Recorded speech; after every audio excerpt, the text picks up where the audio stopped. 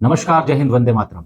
मैं Neeraj पुंडी the crime series 18 के इस एपिसोड में आप सभी का हार्दिक स्वागत और अभिनंदन करता हूं और आशा करता हूं कि आप और आपका परिवार बिल्कुल स्वस्थ होंगे, सुरक्षित होंगे। कभी कभी जिंदगी में कुछ ऐसी घटनाएं सुनने को मिलती हैं, ऐसी कहानियां सुनने को मिलती हैं कि हमें लगता है कि ऐसा कैसे हो सकता है। किसी का जीवन एक सेकंड में, एक मिनट में, एक पल में किस तरह से बर्बाद हो सकता है, एक अलग ही दिशा पकड़ सकता है। आज की कहानी मुंबई से है। मुंबई में एक जगह है अंधेरी वेस्ट। आपने बहुत बार फिल्मों में नाम सुना होगा, कहीं किसी प्रोग्राम में या टीवी सीरियल में, या मुंबई का जब भी जिक्र आता है तो अंधेरी वेस्ट का नाम तो सभी ने सुना है। इसी अंधेरी वेस्ट में एक पुलिस स्टेशन है, डीएन नगर पुलिस स्टेशन। और इस पुलिस स्टेशन में एक असिस्टेंट सब इंस्पेक्टर जॉब किया करते थे और नाम था राजेंद्र भोसले। उनकी ड्यूटी 2008 से लेकर 2015 तक इस पुलिस स्टेशन में रही। जैसे अलग अलग पुलिस वाले अलग अलग हुनर के लिए जाने जाते हैं, उसी तरह से assistant sub inspector Rajendra Bhosle इसलिए फेमस थे, इसलिए मशहूर थे, क्योंकि वो गुमशुदा बच्चों की तलाश बहुत अच्छे तरीके से किया करते थे। और अपनी ड्यूटी के दौरान, अपने करियर में उन्होंने कुल 166 केस उनको मिले और उन 166 में से 165 केस उन्होंने सॉल्व कर दिए अपनी टीम के साथ मिलकर। तो इसलिए वो एक जाना माना नाम थे। उनको पुरस्कार भी मिल चुके थे और पूरे मुंबई में लोग उनको इस वजह से जानते थे क्योंकि उन्होंने 166 में से 165 केस अभी तक सॉल्व कर दिए थे। अब एक केस बचा था जो सॉल्व होना बाकी था और ये केस था केस नंबर 166, केस नंबर 166। ये केस था एक 7 साल की लड़की का जो जनवरी 2013 में गायब हो गई थी अचानक। और एएसआई राजेंद्र भोसले ने अपनी ड्यूटी के दौरान उसको ढूंढने की बहुत कोशिश की। उनका घर जो था पुलिस स्टेशन से काफी दूर था, तो वो ट्रेन से आया जाया करते थे। वो इस हद तक इस केस को सोल्व करना चाहते थे, इस हद तक उनके अंदर जुनून था, क्योंकि वो 165 केस तो ऑलरेडी सोल्व कर चुके थे। तो वो चाहते थे कि अपनी ड्यूटी के दौरान ये केस भी वो सोल्व कर दें। तो घर काफी दूर था, तो ट्रेन से आना जाना हुआ करता था। वो उस लड़की का फोटो अपनी जेब में लेके घुमा करते थे और ट्रेन में या बस में या कहीं भी वो सफर के दौरान वो लोगों को फोटो दिखाया करते थे और पूछा करते थे कि क्या आपने इस लड़की को कहीं पे देखा है। तो ये सिलसिला धीरे धीरे चलता रहा। लेकिन 2015 में एएसआई राजेंद्र भोसले रिटायर हो गए, लेकिन उनको दुख था, मलाल था कि वो इस केस को सोल्व नहीं कर पाए थे। लेकिन रिटायर होने के बाद भी उन्होंने ये ठान लिया था कि वो इस केस पर लगातार इंसानियत के नाते काम करते रहेंगे। और इस दौरान वो कई बार पुलिस स्टेशन आया करते थे, उस बच्ची के घर जाकर उनके परिवार वालों से मिला करते थे और उस लड़की के परिवार वालों को भी लगता था कि ये गुमशुदा बच्चों को ढूंढने के एक्सपर्ट हैं, तो आज नहीं तो कल कभी ना कभी भोसले साहब जो हैं उनकी बच्ची को भी ढूंढ निकालेंगे। अब ये केस क्या था? इस केस की शुरुआत हुई थी 22 जनवरी 2013 को। हुआ ये था कि वो लड़की अपने भाई के साथ स्कूल गई थी, तो उसके दादाजी ने उसके भाई को 10 रुपए दिए और ये कहा कि इसमें 5 तुम्हारे हैं और 5 तुम्हारी बहन के हैं। जब छुट्टी हो जाए स्कूल की तो रास्ते में दोनों बहन भाई आइसक्रीम लेके खा लेना। अब बच्चे स्कूल गए, वो बच्ची साथ में थी अपने भाई के, फिर स्कूल में पढ़ाई की। उसके बाद जब शाम को छुट्टी हुई तो वापस दोनों पैदल पैदल अपने घर की तरफ आ रहे थे। तो रास्ते में वो लड़की अपने भाई को कहती है कि मुझे आइसक्रीम खानी है। उसका भाई कहता है कि चलो ठीक है, थोड़ी देर बाद मैं खिलाता हूँ, कहीं कोई आइसक्रीम मिलेगी तो। लेकिन वो बच्ची थी, वो जिद करती है, बोलती है नहीं, मुझे मेरे 5 रुपए वापस दो, मुझे पता है कि तुम खुद आइसक्रीम खा लोगे, मुझे नहीं दोगे। जैसा कि आमतौर पर छोटे बच्चे जिद करते हैं, उसी तरह से उस बच्ची ने, उस 7 साल की उम्र थी उस टाइम, उस बच्ची ने जिद करी अपने भाई से और उसके भाई ने कहा अरे ठीक है, मैं दिला दूंगा तुम्हें आइसक्रीम, तुम आओ तो। लेकिन वो बच्ची नाराज हो गई। उसे लगा कि उसका भाई उसको आइसक्रीम नहीं दिलाएगा। उसने कहा ठीक है, मैं तुम्हारे साथ नहीं जाऊंगी, तुम चले जाओ, मैं तुम्हारे साथ घर नहीं जाऊंगी। अब बच्चे को लगा कि ऐसी नोक-झोंक छोटे बच्चों में चलती ही रहती है। उसे लगा कि ये थोड़ी देर के लिए ऐसे ही नौटंकी कर रही है और ये मान जाएगी, थोड़ी देर बाद आ जाएगी। तो वो चलता रहा, वो आगे बढ़ गया। कुछ दूर जाने के बाद उसने पीछे मुड़कर देखा तो उसकी छोटी बहन उसके साथ नहीं थी, उसके पीछे नहीं आ रही थी। वो घबरा गया और वो उसकी तलाश में वापस मुड़ा और आस-पास उसने हर जगह आवाज़ लगाई, उसको ढूँढने की कोशिश की, लेकिन वो नहीं मिली। अब वो घबरा भी गया कि घर जाके क्या बताएगा। लेकिन बदहवास वो लड़का अपने घर पहुँचा और उसने पूरी कहानी सुनाई। घरवालों को लगा कि शायद बच्ची नाराज़ हो गई है और इसी वजह से वो कहीं साइड में किसी गली में छुप कर बैठ गई है। सब जगह उसको तलाश करने की कोशिश करते हैं, लेकिन वो लड़की कहीं भी नहीं मिलती। अब घर वाले उसको ढूँढते-ढूँढते परेशान हो जाते हैं। अब शाम से रात हो चुकी थी। अब घर वालों को लगता है कि पुलिस स्टेशन जाना चाहिए और वो पहुँचते हैं डीएन नगर पुलिस स्टेशन और वहाँ पर assistant sub inspector Rajendra Bhonsle से मिलते हैं, जिनके बारे में उन्होंने काफ़ी पहले भी सुना हुआ था कि वो गुमशुदा बच्चों की तलाश बहुत जल्दी करते हैं। तो वहाँ पर जाकर वो एफआईआर लिखाते हैं और बताते हैं कि इस तरह से बच्चे स्कूल में गए थे और फिर रास्ते में बच्ची गायब हो गई। अब साल 2013 से लेके साल 2015 तक, जब तक एएसआई राजेंद्र भोंसले ड्यूटी पर थे, वो अपनी तरफ से तलाश करते रहे। उन्होंने पूरी ताकत लगा दी इस केस को सॉल्व करने के लिए, लेकिन बदकिस्मती थी कि वो इस केस को सॉल्व नहीं कर पाए और उनकी रिटायरमेंट हो गई। लेकिन फिर भी वो इंसानियत के नाते इस केस के साथ जुड़े रहे।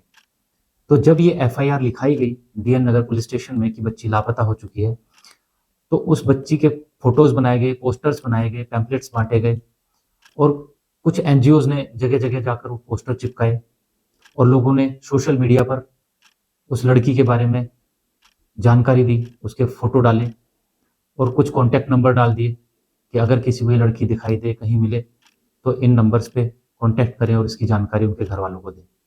तो इस तरह से कुछ एनजीओज वालों ने अपने अपने नंबर डाल रखे थे, कुछ लोगों ने अपने पर्सनल नंबर डाले थे। लेकिन अचानक 4 अगस्त 2022 को, मतलब ठीक 9 साल के बाद, 2013 में ये लड़की गुम हुई थी और आ चुका था 2022, मतलब 9 साल के बाद अचानक वो लड़की अपने घर पहुंचती है। अब वो लड़की घर कैसे पहुंची, इसके पीछे भी एक अजीबोगरीब, हैरान कर देने वाली कहानी यह है कि 4 अगस्त 2022 को शाम को लगभग 7:30 बजे अंधेरी वेस्ट में ही रहने वाले एक समाज सेवक थे, उनका नाम था मोहम्मद रफीक। वो शाम को अपने घर पर थे तो अचानक उन्हें कॉल आया और जब उन्होंने हेलो बोला तो सामने से एक लड़की ने पूछा कि क्या आप एनजीओ में काम करते हैं, क्या आप समाज सेवक हैं? तो रफीक ने कहा कि हाँ, हम समाज सेवक हैं। उस लड़की ने फिर कहा कि क्या आप गुमशुदा बच्चों की तलाश भी करते हैं?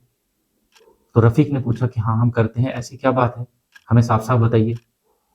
तो उस लड़की ने कहा कि क्या आज से 9 साल पहले एक लड़की गुम हुई थी, उसकी तलाश आपको है? अब जैसे ही ये बात सुनी रफीक ने, तो इस केस से वो जुड़े ही हुए थे, तो उन्होंने कहा कि हाँ, हमें एक लड़की की तलाश है। तो वो लड़की कहती है कि ठीक है, मैं आपको अब वीडियो कॉल करती हूँ। और ये कहने के बाद कॉल कट हो गया और उधर से फिर वीडियो कॉल किया गया। अब मोहम्मद रफीक वीडियो कॉल पर थे और वो देखते हैं कि सामने एक लड़की है। वो उनसे पूछती है कि क्या आपको सच में ही उस लड़की की तलाश है जो 9 साल पहले गुम हो गई थी? तो रफीक दोबारा से कहते हैं कि हाँ, हम एक लड़की की तलाश में हैं जो 9 साल पहले गुम हो गई थी और आज तक वो नहीं मिली है। तो इसी दौरान वो लड़की फिर कहती है कि अब मैं आपको एक लड़की की तस्वीर दिखाऊंगी, एक चेहरा दिखाऊंगी आपको, वो लड़की मेरे साथ ही है, तो आप पहचानिए कि क्या ये वही लड़की है जिसकी आपको तलाश है। अब जैसे ही वो लड़की मोबाइल का कैमरा दूसरी लड़की की तरफ करती है, तो मोहम्मद रफीक उसके नैन नक्श से, उसके चेहरे से लगभग उस लड़की को पहचान लेते हैं कि हाँ, ये तो वही लड़की है जिसकी हमें तलाश थी और जिसको गुम हुए आज 9 साल पूरे हो चुके हैं। तो मोहम्मद रफीक चालाकी से जल्दी जल्दी कई स्क्रीनशॉट ले लेते हैं उस गुमशुदा लड़की के, और फिर पूछते हैं कि बेटा कहाँ हो तुम, अपना एड्रेस वगैरह सब बताओ ताकि हम तुम तक पहुंच सकें। तो वो एड्रेस सब कुछ लिखा देती है। अंधेरी के अंदर, मुंबई के अंदर ही वो एड्रेस था, ज़्यादा दूर नहीं था। अब कॉल कट जाता है। मोहम्मद रफ़ीक भागे भागे तुरंत उस लड़की के घर पहुंचते हैं और उसकी माँ को वो स्क्रीनशॉट दिखाते हैं। उसकी माँ, उसके भाई, उसके पिताजी सब उन स्क्रीनशॉट्स को देखकर पहचान लेते हैं कि उन्हीं की बेटी है। अब तुरंत सारा परिवार और मोहम्मद रफ़ीक डीएन नगर पुलिस स्टेशन पहुंचते हैं और वहां जाकर केस नंबर 166 के बारे में जानकारी देते हैं कि आज ये लड़की व्हाट्सएप कॉल पर हमें मिली है। तो डीएन नगर पुलिस स्टेशन के अंदर हर कोई इस केस नंबर 166 के बारे में जानता था और इसीलिए पुलिस तुरंत हरकत में आ जाती है और वहीं से कोई व्यक्ति, कोई पुलिस वाला रिटायर्ड एएसआई राजेंद्र भोसले को भी कॉल कर देता है। अब ज़्यादा दूर था नहीं, अंधेरी वेस्ट में ही वो घर था जो पता लिखाया गया था, और पुलिस उस घर में पहुंचती है और वहां जाकर देखती है तो वो लड़की जो 2013 में गुम हुई थी वो उनके सामने थी। अपनी माँ को देखकर वो लड़की उसे पहचान जाती है और जोर जोर से चिल्लाने लगती है, रोने लगती है और अपनी माँ के कलेजे से लिपट जाती है। अब 9 साल के बाद ये लड़की मिली कैसे, ये बच्ची अचानक से कैसे मिल गई, तो इसके पीछे भी एक बेहद हैरान करने वाली कहानी है। इस कहानी का जो मेन विलन था उसका नाम था हैरी जोसेफ डिसूजा। ये एक 50 साल का इंसान था। हुआ ये था कि 22 जनवरी 2013 को जब दोनों बच्चे स्कूल से वापस आ रहे थे और वो बच्ची अपने भाई से अपने 5 रुपए मांगती है और उसका भाई कहता है कि ठीक है मैं आगे जाके दूंगा, लेकिन वो बच्ची गुस्सा हो जाती है, नाराज हो जाती है और बोलती है कि तुम चले जाओ, मैं तुम्हारे साथ नहीं आऊंगी। तो ये सारी बातें वहां पर खड़ा हैरी जोसेफ डिसूजा सुन रहा था और वो ये भी देख रहा था कि लड़की को आइसक्रीम चाहिए। और जैसे ही उसका भाई उसकी आंखों से दूर हुआ और वो लड़की साइड में हो गई तो वो उस बच्ची के पास गया, उसको गोद में उठाया और बोला बेटा तुम्हारे भैया तुम्हें आइसक्रीम नहीं दे रहे हैं तो कोई बात नहीं, मैं तुम्हें आइसक्रीम खिलाता हूँ, तुम्हारे पापा ने मुझे कहा था कि हमारी बच्ची को आइसक्रीम खिला देना। तो वो बच्ची खुश हो जाती है, ये तो अंकल बहुत अच्छे हैं जो मुझे आइसक्रीम खिलाएंगे। वो उस बच्ची को आइसक्रीम दिलाता है और साइड से ही दूसरी गली से उस बच्ची को लेकर निकल जाता है और वो सीधा पहुंचता है अपने घर। वहां पर उसकी वाइफ थी सोनी। वो सोनी को बताता है कि इस तरह से मैं इस लड़की को लेकर आया हूं। वास्तव में बात यह थी कि शुरुआत में उनकी नीयत खराब नहीं थी, लेकिन कहानी ये थी कि उनके घर में कोई संतान नहीं थी। अब अचानक जब उसको वो लड़की रास्ते में मिली जो अपने भाई से नाराज थी, तो उसके मन में ऐसा आया कि क्यों ना मैं इस बच्ची को अपने घर ले जाऊं, और हमारे घर कोई संतान तो है नहीं, तो हम इसको बड़े नाजों से पालेंगे, अपनी बेटी बनाकर इसकी पढ़ाई लिखाई कराएंगे और फिर इसकी शादी करवाएंगे। ऐसा सोचकर हैरी जोसेफ डिसूजा ने उस बच्ची को एक तरह से किडनैप कर लिया। हालांकि वो कानूनी तरीके से किसी बच्ची को गोद भी ले सकता था, लेकिन भावनाओं में बह के या किसी भी तरीके से उसने ये गलत कदम उठा दिया। और घर ले जाने के बाद उसने अच्छे से उसको खाना खिलाया, उसको प्यार किया, उसको अच्छी अच्छी चीजें दी खेलने के लिए। ऐसे ही 2-3 दिन बीत गए, लेकिन डिसूजा और उसकी वाइफ तब घबरा गए जब उन्होंने आसपास पोस्टर्स देखे, सोशल मीडिया पर लड़की की गुमशुदगी के पोस्ट देखे, तो वो घबरा गए। उन्हें लगा कि हम फंस जाएंगे। अब उन्होंने लड़की को घर के अंदर एक तरह से बंद कर लिया और फिर ये फैसला लिया कि हम अपने होम टाउन कर्नाटका चलते हैं, और वो अंधेरे में मुंबई छोड़कर कर्नाटका पहुंचे। कुछ दिन वो अपने पैतृक गांव में रहे और उसके बाद उन्होंने उस लड़की को एक स्कूल में एडमिशन करा दिया और वहीं पे हॉस्टल में एडमिट कर दिया, और वहां पर उन्होंने माता पिता की जगह अपना नाम लिखा दिया। अब 2013 की ये कहानी है और धीरे धीरे 2016 आ गया था। मतलब 3 साल बीत चुके थे, किसी तरह की कोई दिक्कत परेशानी डिसूजा को नहीं हुई, लेकिन कुदरत को कुछ और ही मंजूर था। अचानक 2016 में डिसूजा की वाइफ सोनी प्रेग्नेंट हो जाती है और वो एक बेटी को जन्म देती है।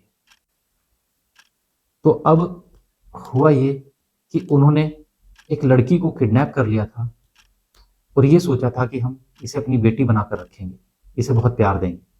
लेकिन जब खुद की बेटी आ गई घर में तो उनका लगाव उस लड़की के प्रति कम हो गया और अपनी बेटी के प्रति ज्यादा हो गया। समय गुजरा और कुछ दिन के बाद वो उस लड़की को उस हॉस्टल से निकालकर अंधेरी में ही मुंबई में अपने घर ले आए। अब हुआ ये कि वो उस लड़की से सोतेलो जैसा व्यवहार करने लगे, क्योंकि उनके घर में उनकी अपनी सगी बेटी आ चुकी थी। तो इसलिए वो लड़की इनको अब पराई लगने लगी थी, सौतेली लगने लगी थी और वो इसके साथ एक तरह से जानवरों की तरह व्यवहार करने लगे। और कुछ समय बाद इन्होंने उस लड़की को, उस बच्ची को, जब वो थोड़ी बड़ी हो चुकी थी, अब काम पर भेजना शुरू कर दिया। वो लोगों के घरों में जाती थी और वहां पर बर्तन कपड़े वगैरह का काम देखा करती थी और पैसे कमा कर लाती थी और जिससे इनका खर्चा चला करता था। तो इसी तरह से एक बार इन्होंने क्या किया कि एक घर में इस लड़की को भेज दिया। वहां एक छोटे बच्चे की देखभाल करनी थी। हालांकि लड़की खुद छोटी थी, लेकिन 15-16 साल की थी। तो अब हुआ क्या, जनवरी 2022 की बात यह है, ये लड़की उस घर में चली जाती है, वहां एक बच्चे की देखभाल करनी थी। लेकिन इत्तेफाक से उस घर में एक लड़की और रहा करती थी। उसका काम अलग था, वो बर्तन साफ किया करती थी और खाना वगैरह बनाया करती थी। धीरे धीरे इन दोनों लड़कियों में अच्छी दोस्ती हो गई। लेकिन वो जो दूसरी लड़की थी वो थोड़ा इंटेलिजेंट थी, पढ़ने में थोड़ा एक्टिव थी और वो सोशल मीडिया का भी इस्तेमाल किया करती थी। और ये लड़की जो किडनैप की गई थी ये बहुत डरी डरी रहा करती थी, क्योंकि इसका माहौल ही इसको इस तरह से दिया गया था। ये बहुत घबराहट से घिरी हुई थी, हमेशा दबे लहजे में बात किया करती थी, डरी और सहमी रहा करती थी। लेकिन धीरे धीरे इन दोनों में जब 5-6 महीने एक साथ काम किया इन दोनों ने, तो इन दोनों में दोस्ती हो गई। और उस लड़की ने कहा कि मैं तो काम खत्म करने के बाद अपने घर चली जाती हूँ, तो तुम कहाँ जाती हो? उसने एक दिन उसको चुपके से बता दिया, हिम्मत करके बताया कि मैं जिनके यहाँ रहती हूँ वो मेरे असली माँ बाप नहीं है। मुझे एक दिन स्कूल से आते हुए उन्होंने उठा लिया था और फिर आज मैं तुम्हारे सामने यहाँ काम कर रही हूँ। ये सुनकर वो लड़की शॉक हो जाती है। वो कहती है कि ठीक है, तुम किसी को बताना मत, लेकिन मैं कोशिश करूंगी कि तुम्हारे माता पिता का पता लगाऊं। अब वो लड़की, जो दूसरी वाली लड़की थी, वो इस लड़की के माता पिता को ढूंढने की कोशिश करती है और वो आ जाती है सोशल मीडिया पर। अब वो लड़की सोशल मीडिया पर जाकर तहकीकात करने लगती है कि शायद इस लड़की के बारे में किसी ने कोई पोस्ट किया हो, कोई जानकारी मांगी हो। तो उसको धीरे धीरे कई दिन के बाद, मतलब 8-10 दिन 15 दिन बीत जाते हैं और उसको एक पोस्ट दिखाई देता है जिसमें इस लड़की का फोटो था और वहां पे अलग अलग लोगों ने अपने नंबर डाले हुए थे। तो इस तरह से वो अलग अलग पोस्ट ढूंढती है और ज्यादा सर्च करती है तो उसको 5 नंबर मिल जाते हैं। अब वो एक एक करके उन नंबर पे कांटेक्ट करने की कोशिश करती है, मगर पहले 4 नंबर बंद थे, स्विच ऑफ थे। वो टूट जाती है, लेकिन फिर आखिरी 5वां जो नंबर था वो रिंग कर जाता है और वहां पर जो फोन उठाते हैं वो थे मोहम्मद रफीक। और फिर मोहम्मद रफीक को पूछती है कि आपको लड़की की तलाश है क्या?